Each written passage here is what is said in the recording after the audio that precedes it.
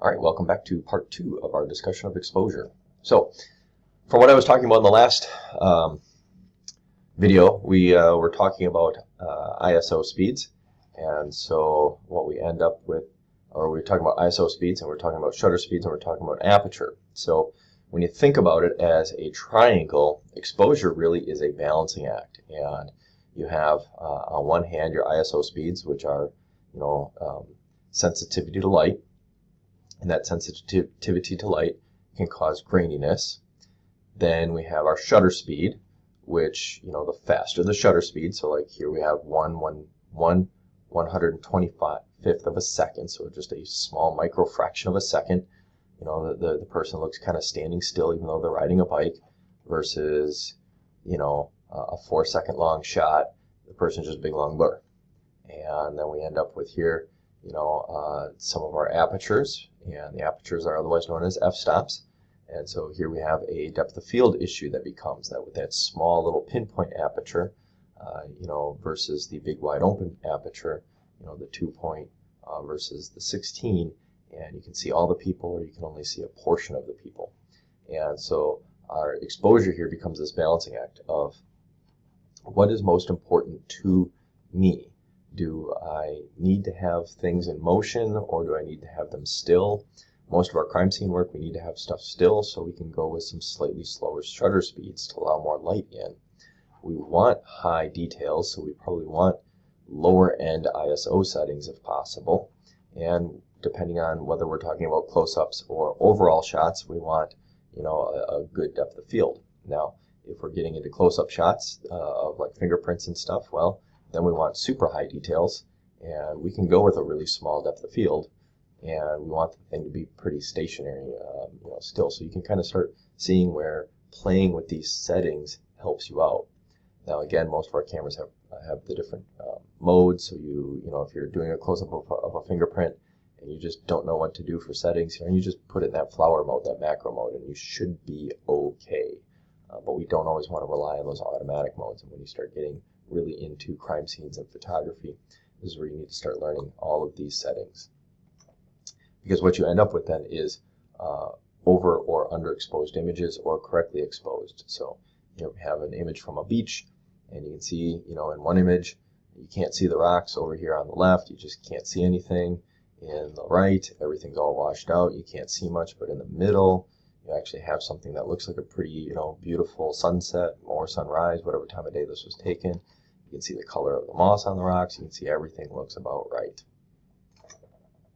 Outdoor image that might be consistent with one of our crime scene photos.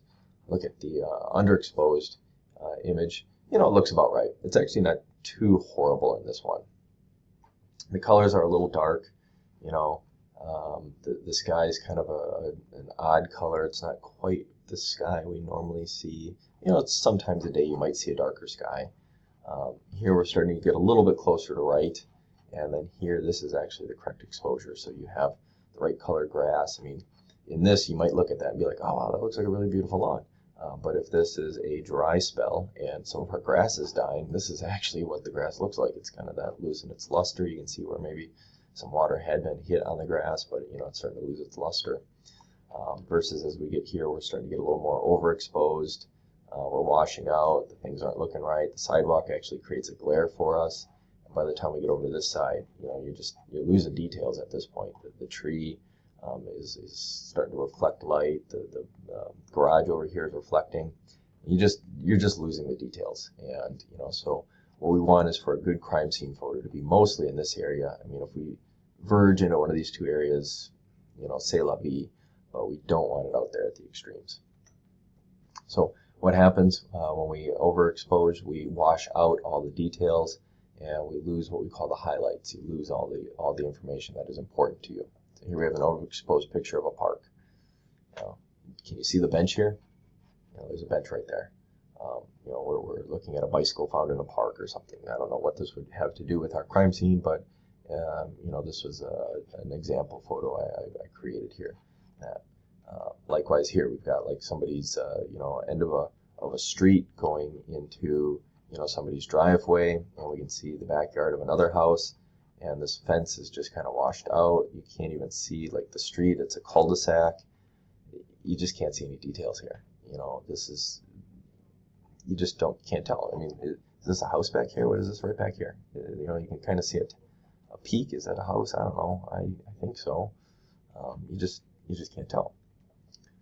Versus our underexposed images, we you know, have everything looks kind of muddy. The colors become you know, all dark. You know, the shadows just vanish. You know, everything in a shadow just becomes black, and you lose all the details that might be inside of a shadow. And you know, even some of our highlights, even some of the things that make stuff pop, become indistinguishable then from the shadow. What's a shadow versus what's a highlight? And so here we have like a little barn, and you know, there's a window here. You can kind of see it, maybe. The door is right there. You know, it's totally right there. You just, it's gone. And look at, you know, like under here, you just can't see any of the wood, the trees. There's just, everything's gone. It's really cool looking clouds. You know, if you're looking for a beauty nature shot of clouds, this actually might work out. But if this is a crime scene, we don't care about the beauty of the clouds. Likewise, here we have, you know, a hallway, and you know, an outdoor hallway type situation. And so you can see the brickwork right here, but this pillar and all these pillars just knock everything out. You know, you can't see anything. The sky back here is really dark, and you know, we're kind of borderlining here on, yes, a bit of a backlighting issue, but you know, really what we're ending up with here is the fact that you know, we've just allowed too much light into the camera, and it just darkened everything out. Speaking of backlighting, you know, backlighting is a situation where you're trying to take a picture of a person and you have way too much light behind them, and so they become nothing but a shadow. And I shouldn't say it's not just with a person, it's with anything. We get backlighting situations in crime scenes all the time, where you're taking a picture of a scene inside somebody's house, and the window is open and the sun's coming right in the window, and that whole bedroom is just basically black. It looks like a giant shadow, but you can see everything outside that window perfectly. So what we need to be doing here is typically using a flash, or using some changes to our apertures and shutter speeds, and thinking about our depth of field issues so that the light is being metered off of what's in the foreground versus the background. But we'll talk about using flashes and other things in the future. This really this chapter is supposed to be focused on non-flash photography, although the author of the book does kind of skip into some areas where he does bring up flash. There's no other way to talk about some of these topics without touching on the fact that you might need a flash in this situation. So a lot of over and under exposure comes from the idea of metering, and in most of our cameras we have some kind of metering ability. Now, oh, there we go. Everything kind of froze for a second on my computer. What ends up happening is in your point and shoot cameras, you might have metering, but you might not really see it on a regular basis unless you activate it. Some point and shoot cameras don't have metering, so you really need to kind of dig into your instruction manual. But if you see something like a plus minus button like this, you probably do have metering in your camera then. So as you look through the viewfinder, or you look on the LCD screen at the top, you'll probably see this little plus minus with a 0 in the middle kind of thing. 0 in the middle says that the camera, the internal camera meter, thinks that your image is going to be properly exposed. And if you're going, you know, up or down, you're going to be under or overexposed. And so, you know, as you're looking at the LCD screen, you can tell whether or not the camera is saying you should probably make some changes to your shutter speed or aperture or the ISO. With our DSLR cameras, typically you actually have that right in the display also. So you can see you've got, you know, the minus to the plus and the center, and so it's going to tell you if you're going to be under or overexposed, or whether you have proper exposure. And you can start then, you know, pushing the camera to give you a little bit more, a little bit less, or you know, you can just change your ISOs. You can change your shutter speed, you can change your aperture, and try and get it more like being in the center. There's a number of different ways of doing this. You just have to look at what your camera has the ability to do and what you feel comfortable to do. So, you know, if we're going to be looking at this, you know, you can, you know, decrease exposure. You know, it's going to be overexposed, it's going to be underexposed. We want to do the minus or the plus, And this is usually how they are. They're usually a 2, 1, or 0, 1, or 2.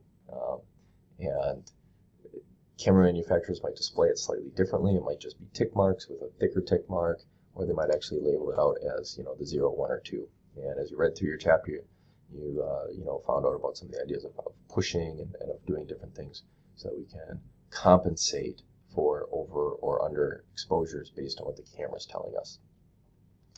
As you start getting into other areas of photography, do keep in mind we do have meters that are external from the camera. That's mostly used for artistic photographers. There are some very, very competent photographers in the world of CSI who do like to use external meters, but now you're getting into a really advanced topic that's beyond this class per se. So do keep in mind that there are external meters out there, but I'm not going to try and get you to be an expert in using an external meter. Now, kinds of metering that can happen inside of a camera. This is more that like we find in our DSLRs, where you can select you know, whether or not you want the meter to be based on a spot, on, you know, an area, the center of the image, or some sort of matrix. You know, this is going to go by the cameras, this is going to go by the manufacturer, this is going to go by your style. I'm going to say this much: I am kind of a fan of the matrix for most of my crime scene work, because usually I'm looking at lots of stuff and I'm not worried about what's right here in the center. You know, when I start getting into close-ups and, you know, trying to get close up with scale, yeah, then I try to go for, you know, center weighted or maybe even spot metering. But you'll find that your matrix metering usually does pretty darn good for you. But that's kind of what I've experienced. All right, so this is part 2. There is one more part. As always, if you have any questions, feel free to give me a call, shoot me an email, stop in at the PSTC and see me. Otherwise, I will see you in part 3 of this recording.